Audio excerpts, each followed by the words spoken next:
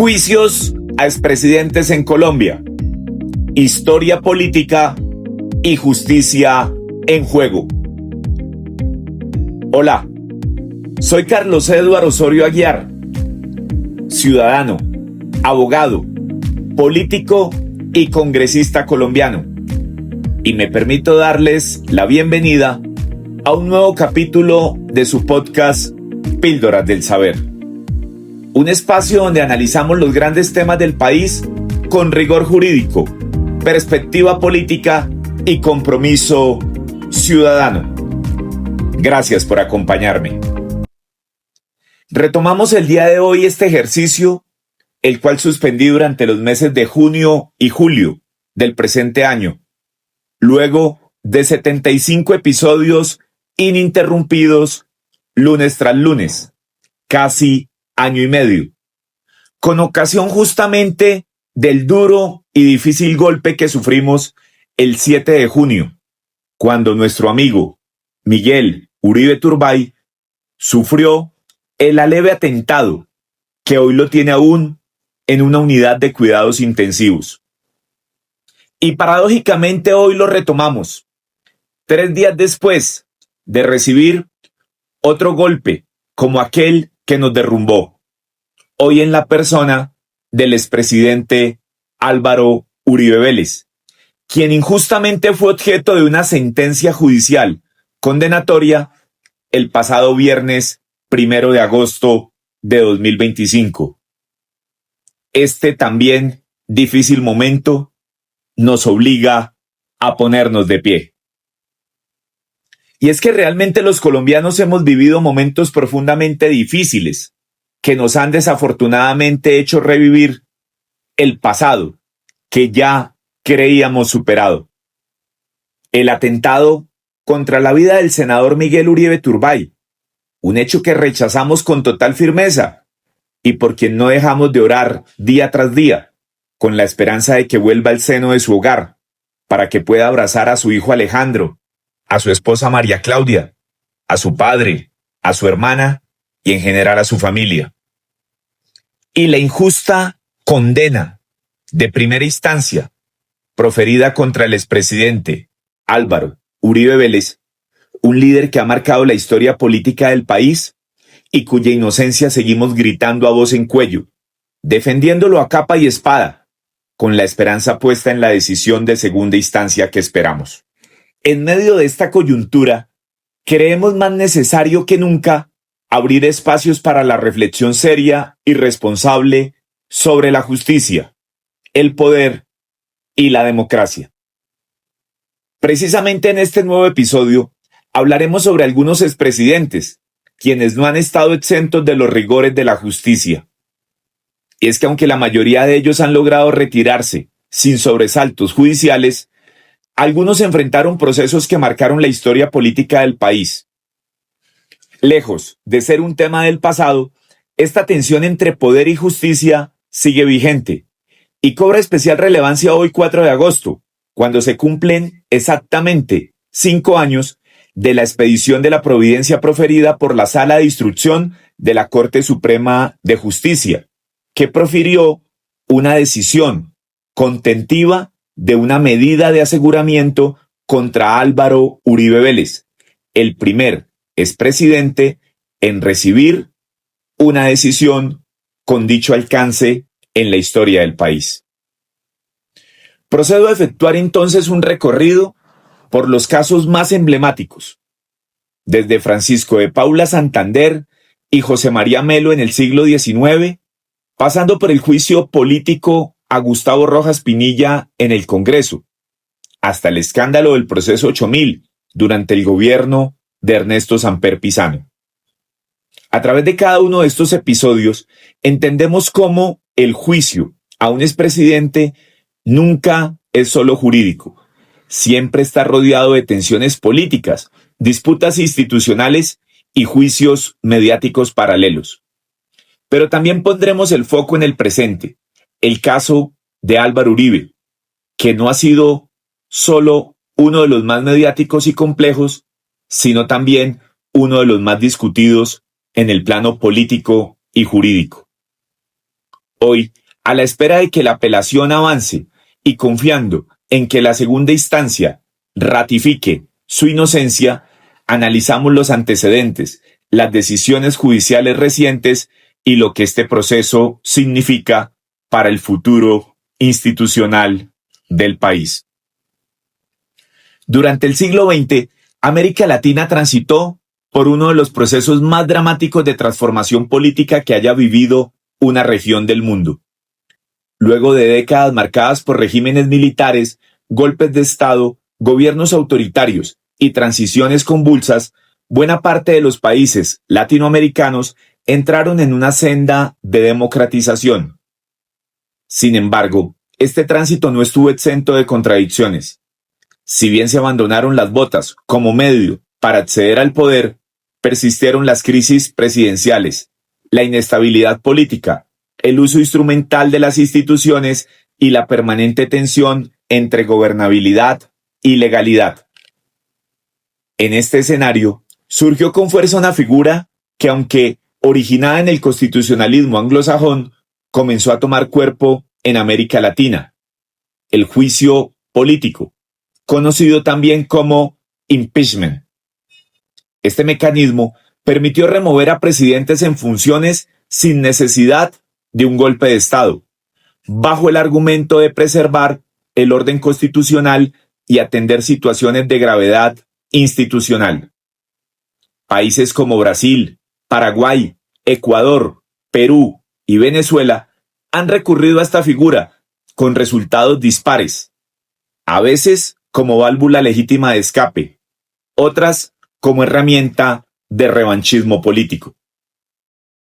El juicio político, en términos generales, es un proceso de naturaleza política, aunque basado en causas legales, mediante el cual el Congreso o Parlamento puede destituir al jefe de Estado por la comisión de faltas graves, delitos o por la incapacidad para ejercer el cargo. La figura tiene su origen en el sistema presidencialista de los Estados Unidos y ha sido replicada con variaciones en varias democracias del continente. En teoría, funciona como un mecanismo de rendición de cuentas ante los excesos del Ejecutivo, pero en la práctica ha sido también un reflejo de la correlación de fuerzas dentro del legislativo y de las dinámicas de poder de cada país.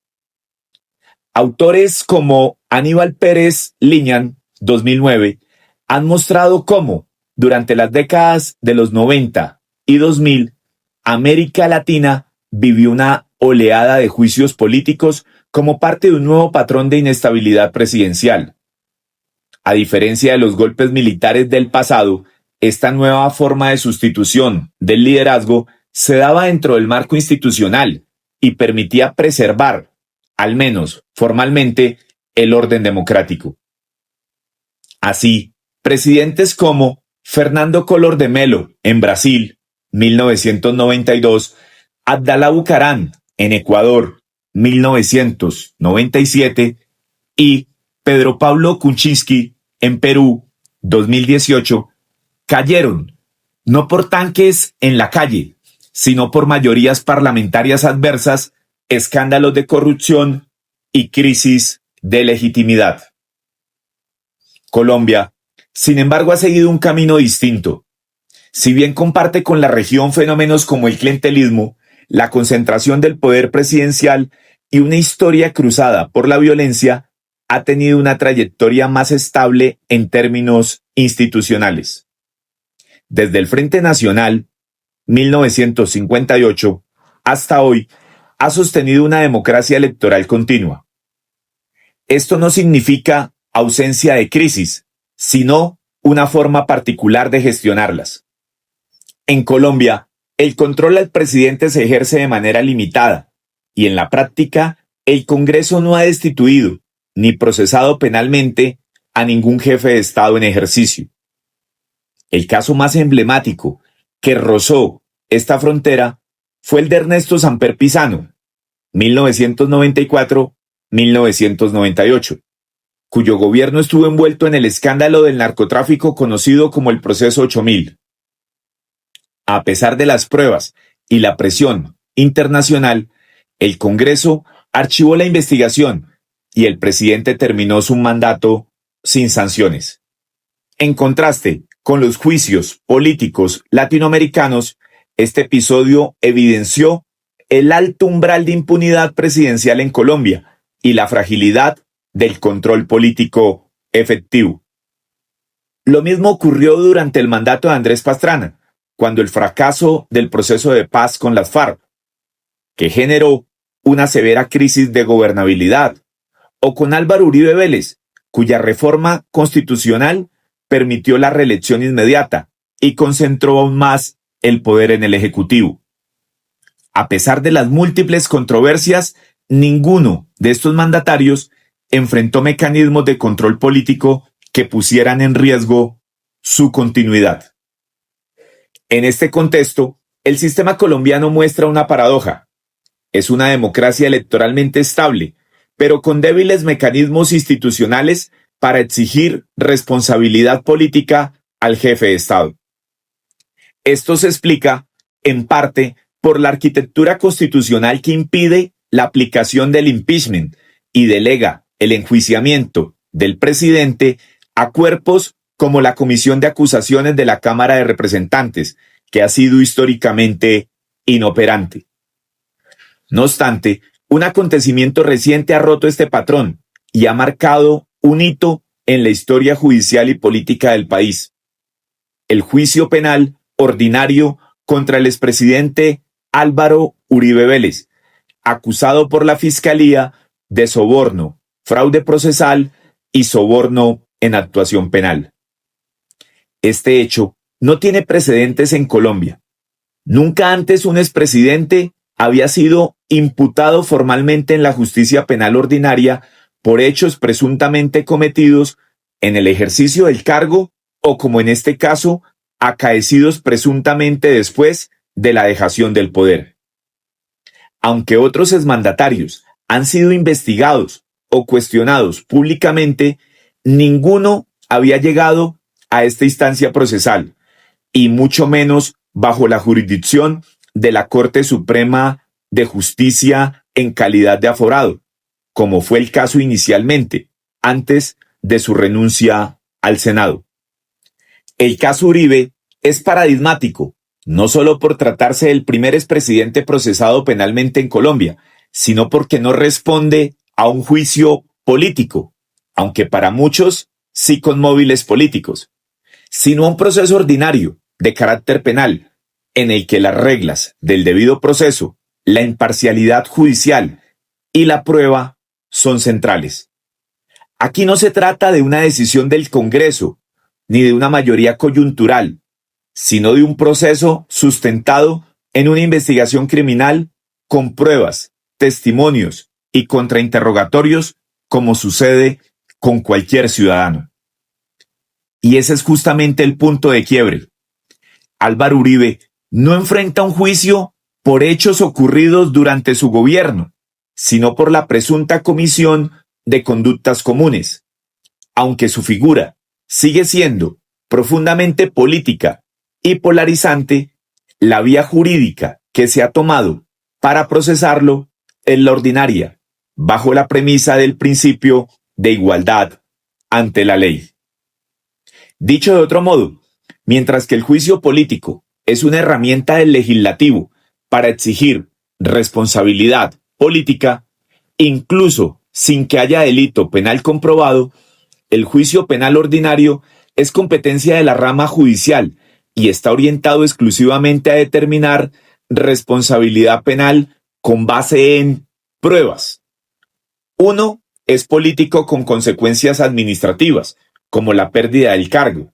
El otro es jurídico, con consecuencias penales, como la privación de la libertad o multas.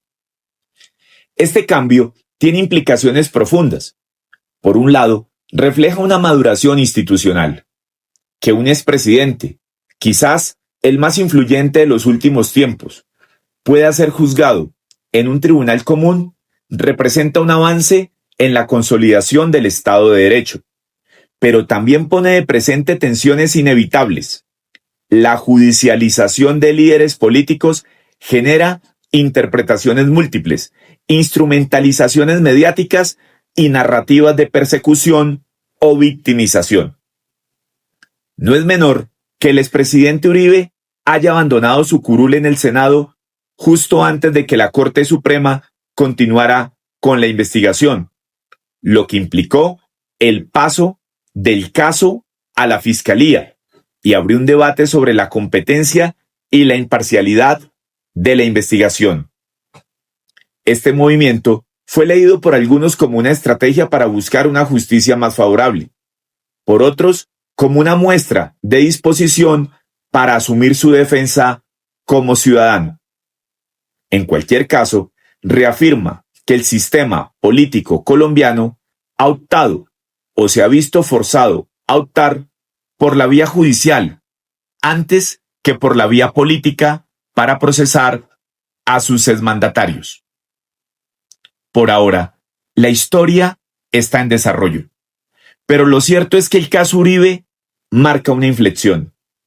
Colombia ha comenzado a caminar por una senda que otros países ya han recorrido, pero desde una puerta distinta.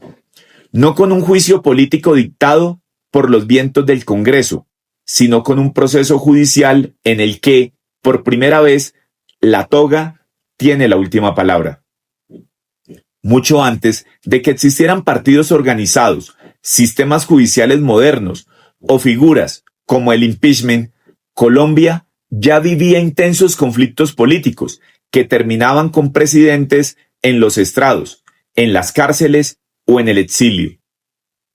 Uno de los primeros y más emblemáticos casos fue el del general Antonio Nariño y Álvarez y el de Francisco de Paula Santander.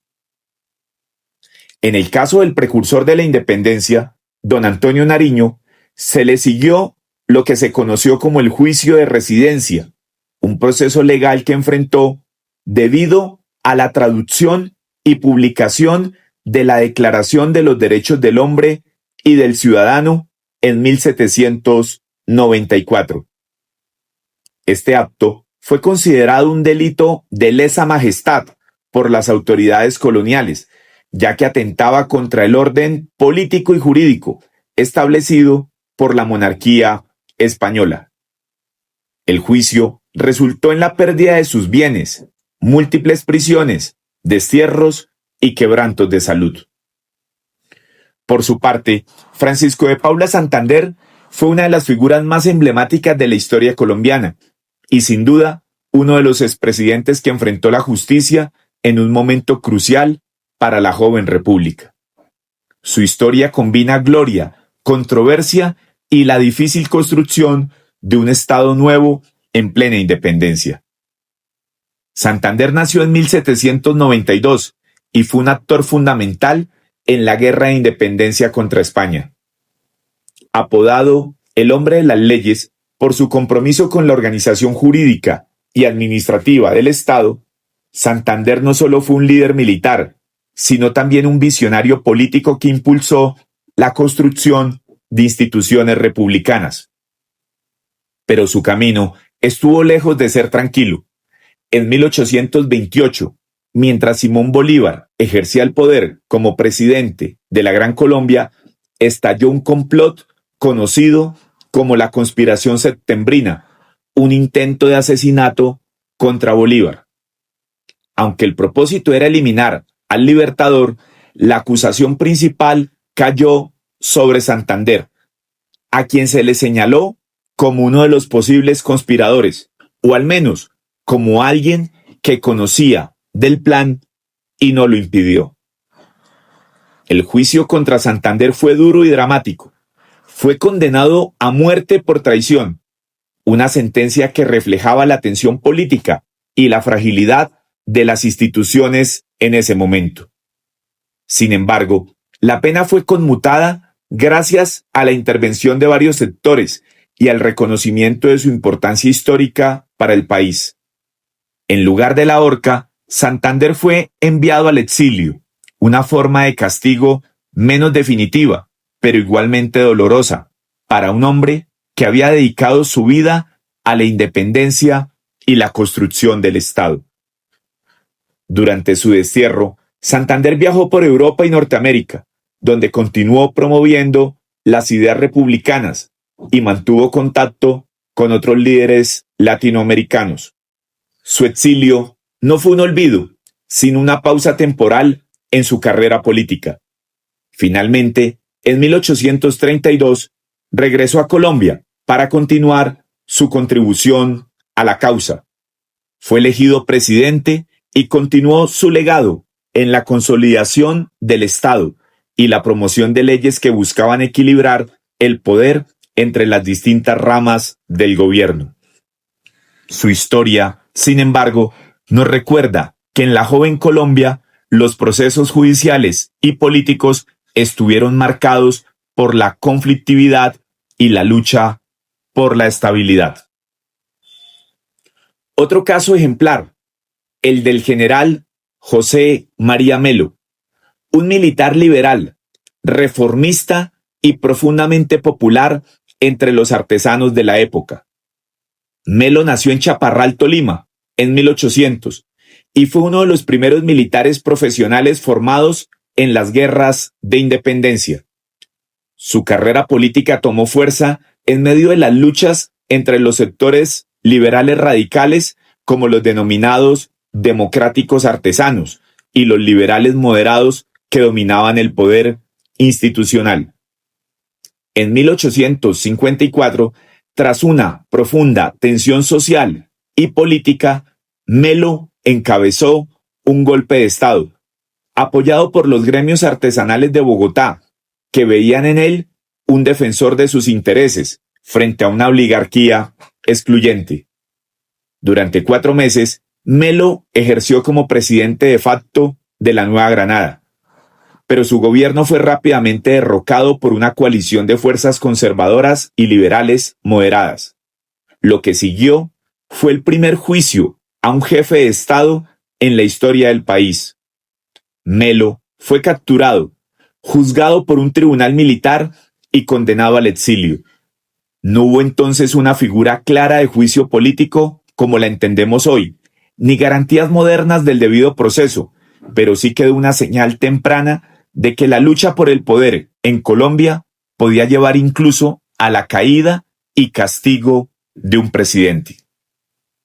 El caso de Melo es también una ventana al siglo XIX, un país que aún no consolidaba sus instituciones, pero donde el conflicto político ya se expresaba en juicios, castigos y exclusión.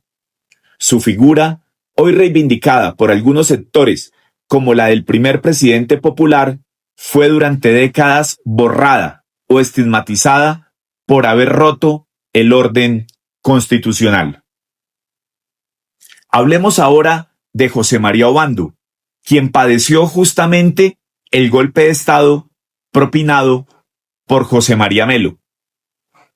En la historia política de Colombia, pocos nombres despiertan tantas interpretaciones como el del general José María Obando, un hombre que pasó de ser símbolo liberal a enemigo público y cuya vida giró entre la espada y el estrado judicial.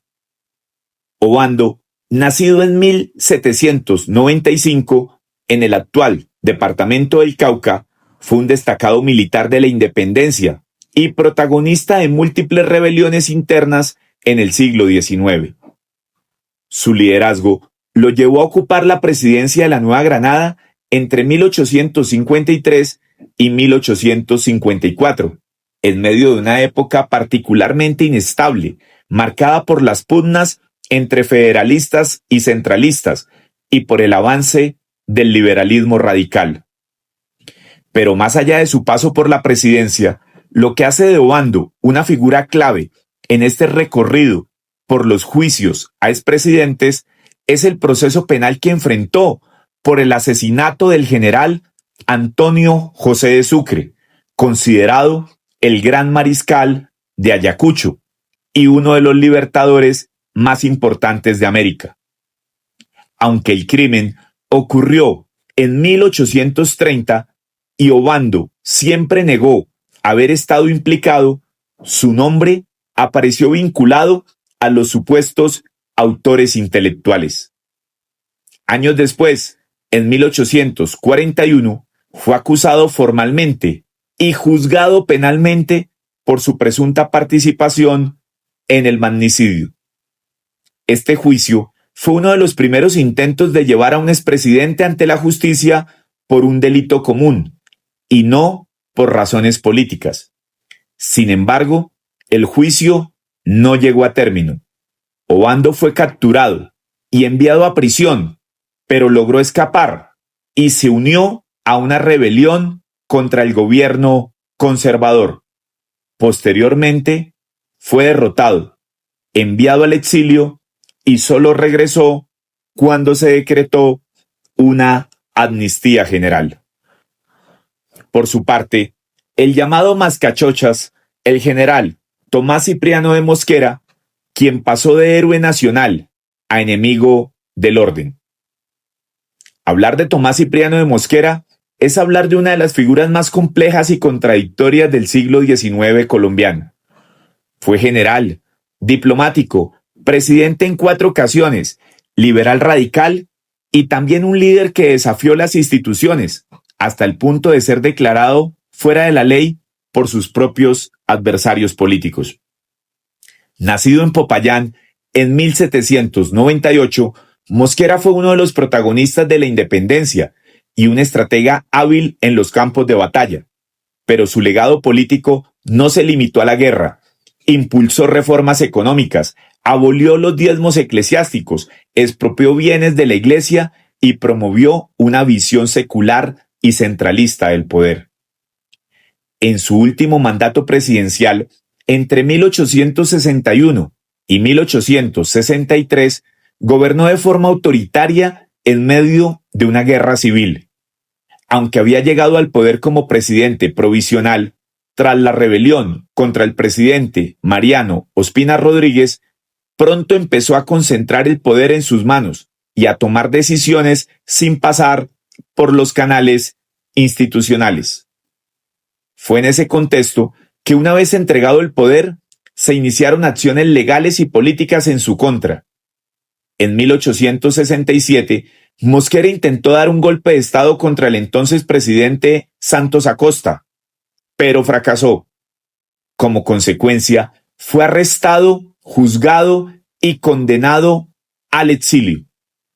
Aunque no se trató de un juicio político en los términos actuales, no hubo un Congreso actuando como juez ni un procedimiento formal de destitución presidencial. Sí fue un castigo jurídico y político a un expresidente por intentar alterar el orden constitucional. Lo más interesante de este caso es que Mosquera no era simplemente un líder que se extralimitó, era parte del establishment, un caudillo con legitimidad popular, pero cuya ambición lo llevó a desafiar los límites del sistema. Su juicio y condena al exilio muestran cómo, incluso en el siglo XIX, los mecanismos de castigo a expresidentes ya existían, aunque fueran rudimentarios, militares o de facto. Uno de los más recordados y contados en la historia fue el juicio político al general Gustavo Rojas Pinilla, un golpe a la dictadura y un precedente para Colombia. Para entender el juicio político a Gustavo Rojas Pinilla, primero debemos remontarnos a una época turbulenta en Colombia, la llamada época de la violencia, que abarcó desde finales de los años 40 hasta mediados de los 60. Durante esos años, el país vivió una feroz confrontación entre los dos partidos tradicionales, liberal y conservador, que dejó una huella profunda, con más de 200.000 muertos y una fractura social difícil de reparar. En ese contexto de violencia y polarización extrema, el establecimiento político intentó contener la crisis de distintas formas. Una de las medidas más dramáticas fue la llegada al poder del general Gustavo Rojas Pinilla, quien en 1953 encabezó un golpe de Estado con el apoyo tanto de liberales como de conservadores. Su dictadura logró frenar temporalmente la violencia, desarticulando muchas de las redes de conflicto armado y durante su gobierno se impulsaron reformas sociales y obras públicas. Pero el poder absoluto nunca estuvo exento de críticas y resistencias. Su intento de crear un partido político propio que rompiera con el bipartidismo generó temor entre las élites y la clase política tradicional. El descontento popular creció, al tiempo que sectores militares y civiles exigían un cambio. Finalmente, en mayo de 1957, Rojas Pinilla se vio forzado a abandonar la presidencia y exiliarse en España. Sin embargo, su regreso a Colombia en los años siguientes fue motivo de preocupación. Las élites políticas temían que pudiera intentar retomar el poder, lo que amenazaba la estabilidad precaria del país. Para evitar ese escenario, el Congreso decidió impulsar un juicio político en su contra. Este juicio fue pionero en muchos sentidos. No se trató de un proceso penal común, sino de una investigación y un juicio político llevado a cabo por el legislativo, con el fin de establecer responsabilidades exclusivas a Rojas Pinilla, desvinculando a otros funcionarios. La Comisión Nacional Asesora de Instrucción Criminal, creada en mayo de 1957, fue la encargada de elaborar el expediente en su contra. El proceso se dividió en dos fases. Primero, la Cámara de Representantes presentó los cargos. Luego, el Senado realizó el juicio formal entre enero y abril de 1959. Se le imputaron 3 delitos principales: abuso de autoridad, mala conducta y liberación arbitraria de convictos. Estos cargos, conocidos popularmente como los procesos por contrabando de ganado, concusión y libertades arbitrarias, simbolizaban la corrupción y el autoritarismo de su gobierno. Aunque el fallo del Senado fue polémico y dividido, con varios senadores manifestando desacuerdo, este juicio político dejó un legado duradero. Por un lado, consolidó la figura de la Comisión de Acusaciones de la Cámara de Representantes, que desde entonces ha sido el órgano encargado de investigar y juzgar políticamente a presidentes y altos funcionarios. Por otro lado, fortaleció la alianza política entre liberales y conservadores, que dio origen al Frente Nacional, un acuerdo de poder compartido que buscó cerrar la puerta a dictaduras y golpes militares por un buen tiempo. En la historia política colombiana del siglo XX, pocos escándalos marcaron tanto como el conocido Proceso 8000, que envolvió al expresidente Ernesto Samper Pizano durante su mandato entre 1994 y 1998. Samper, un líder político con una larga trayectoria en el Partido Liberal, vio cómo su gobierno se vio sacudido por una acusación que nadie podía ignorar: la presunta financiación ilegal de su campaña presidencial con dinero proveniente del narcotráfico. En plena década de los 90, cuando Colombia vivía una guerra feroz contra los carteles de la droga, esta acusación puso en jaque la legitimidad del Ejecutivo y sembró una crisis política profunda. El Congreso asumió la responsabilidad de investigar y juzgar políticamente a Samper. Tras un proceso intenso y mediático, la mayoría de las bancadas decidieron declararlo inocente. Sin embargo, la sombra del Proceso 8000 no desapareció con ese veredicto. De hecho, aunque Samper mismo nunca enfrentó un juicio penal común ni fue llevado a un tribunal ordinario como cualquier ciudadano, el escándalo sí tuvo consecuencias judiciales importantes para su entorno. Decenas de congresistas, ministros y otros funcionarios del gobierno fueron condenados por vínculos con el narcotráfico y financiación ilegal. Esto evidenció que la red de corrupción y crimen organizado había permeado varios niveles del poder político. El caso dejó una marca profunda en la política colombiana, mostrando las complejas relaciones entre el poder formal y las influencias ilícitas y evidenciando la fragilidad de las instituciones frente a estos fenómenos. Además, el episodio generó un ambiente de desconfianza ciudadana hacia las élites políticas y abrió un debate sobre la necesidad de fortalecer los controles y la transparencia en las campañas electorales. Así, el proceso 8000 y la presidencia de Ernesto Samper siguen siendo un referente para entender cómo el narcotráfico ha influido en la política colombiana y cómo, en ciertos momentos, las instituciones han tenido que enfrentar desafíos inéditos para mantener la legitimidad democrática. Otros expresidentes en pleno siglo XX también se vieron envueltos en escándalos, críticas y cuestionamientos que bien pudieron ser susceptibles de pasar o derivar en juicios políticos o procesos penales ordinarios. Alfonso López Michelsen, 1974-1978. Aunque no enfrentó un juicio formal, López Michelsen vivió fuertes críticas y cuestionamientos por su manejo económico y la crisis social que marcó su gobierno. En su caso, las investigaciones se limitaron a debates políticos y no llegaron a instancias judiciales, mostrando la diferencia entre cuestionamientos políticos y procesos legales.